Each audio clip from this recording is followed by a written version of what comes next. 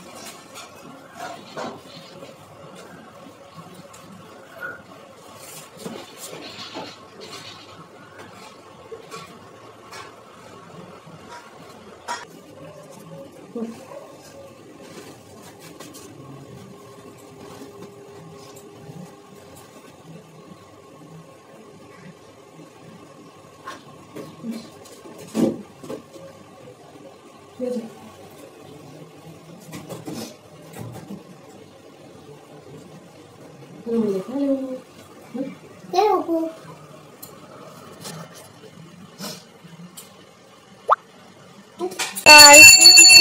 See you. See you.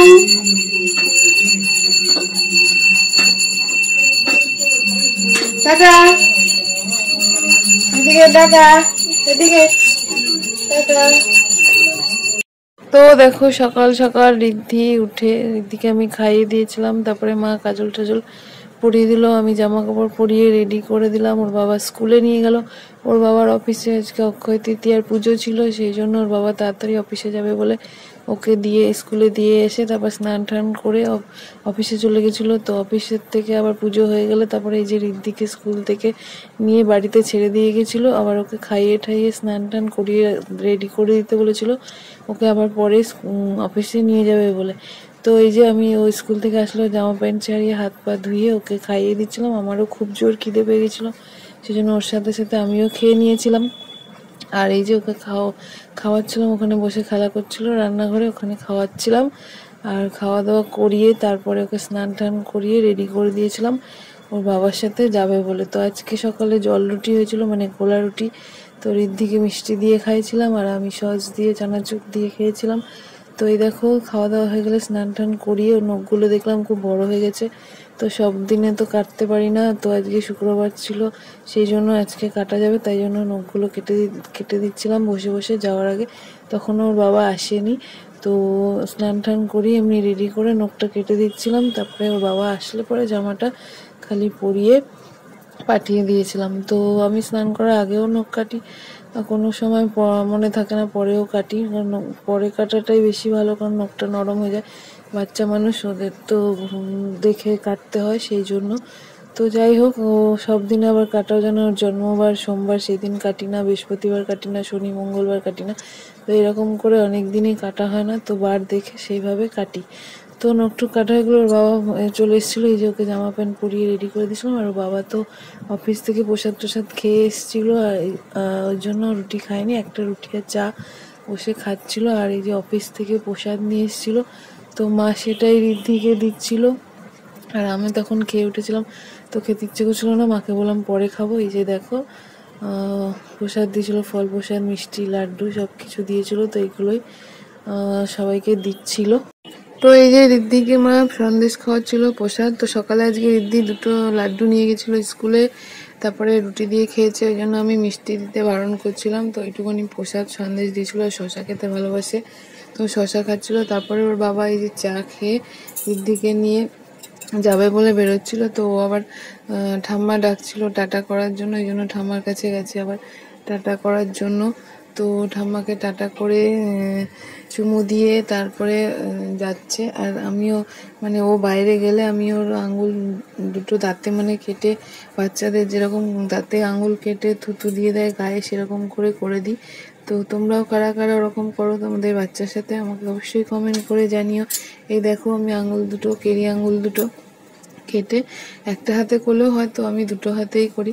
দুটো হাতে দাঁতে আঙুল কেটে গায়ে থুতু দিয়ে দিই, তারপরে চুমু দিয়ে তারপরে পাঠাই যখনই ও বাইরে যায়। আর যখনই বাইরে যায় উপর থেকে আমি দেখি চলে গেলে তারপরে আসি ঘরে। তো এই যে ওরা চলে গেল, তারপরে দেখো আমাদের পনির এনে দিয়েছিল। আজকে তো অফিসে তাড়াতাড়ি গেছিলো বলে মাছটা জানতে পারিনি, ওই জন্য পনির হবে। তো আজকে মা পনিরটা পেঁয়াজ রসুন দিয়ে পনির বাটার মশলা করবে বলেছিল, সেই জন্য এতগুলো পেঁয়াজ রসুন কেটেছি। আর এদিকে মা সর্ষে বাটছিল, ওই যে কাটোয়ার ডান্টি কাটছিলাম আমি, সেই ডান্টিগুলো চচ্চড়ি করার জন্য। আর এই যে পুদিনা পাতা এনেছিল আমাদের, আমি কোনোদিন আগে পুদিনা পাতা খাইনি। তো মা বললো কি করবো, তো আমি বললাম যে পুদিনা পাতাটা ভালো করে পেঁয়াজ রসুন লঙ্কা সব দিয়ে ভেজে তারপরে বাটো, দেখো গরম ভাতে খেতে ভালো লাগবে।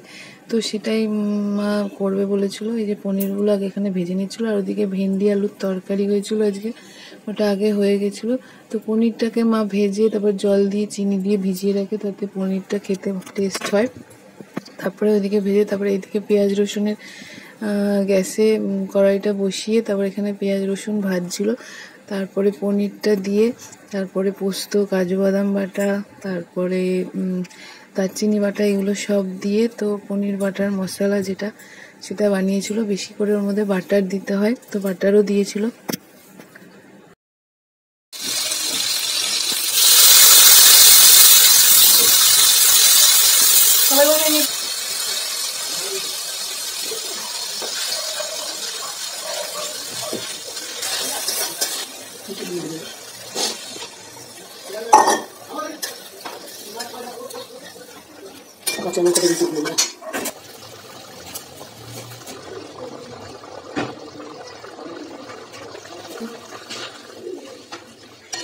ঠিক আছে,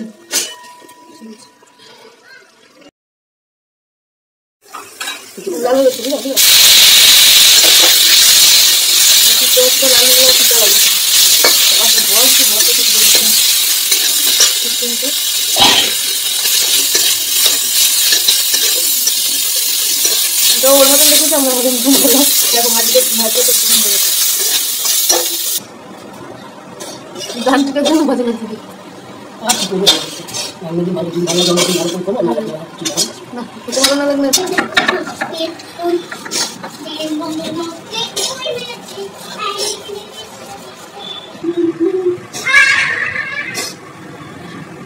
পুদিনা পাতাটাও তোমরা দেখলে, পুদিনা পাতা পেঁয়াজ রসুন লঙ্কা একবারে ভেজে সেটাকে বেটে তারপরে ওটাকে গরম ভাতে খেলে ভালো লাগে, সেটাই মা বানিয়েছিল। তো এই দেখো তারপরে রিদ্ধির খাওয়া দাওয়া হয়ে গেছিলো।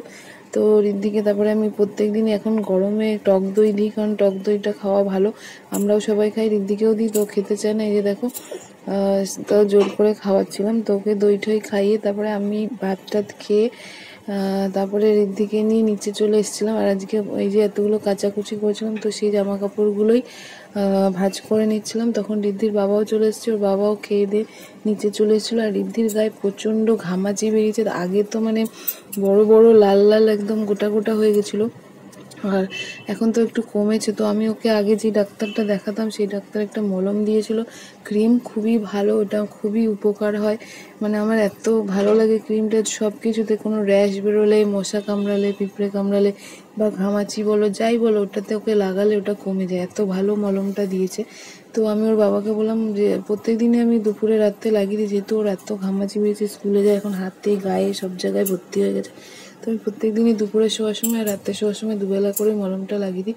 তো অনেকটা এখন কমেছে, তো ওটাই বলছিলাম যে ওর বাবাকে লাগিয়ে দিতে। আমি যেহেতু জামা কাপড়টা ভাঁজ করছিলাম, তো ওর বাবা ওইদিকে মলমটা আনতে গেছিলো। তো এই যে মলমটা নিয়ে এসে তারপরে রিদ্ধিকে লাগিয়ে দিয়েছিল মলমটা।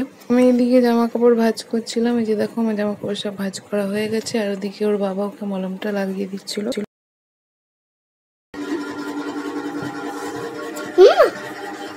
দেখ আমার দাঁড়া দাঁড়া দাঁড়া,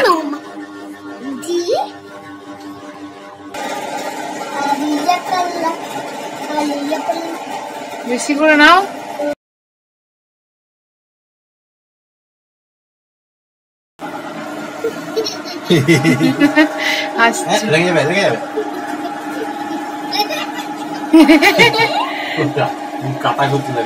কাতাকুতো লাগছে তোর, এদিকে দেখা।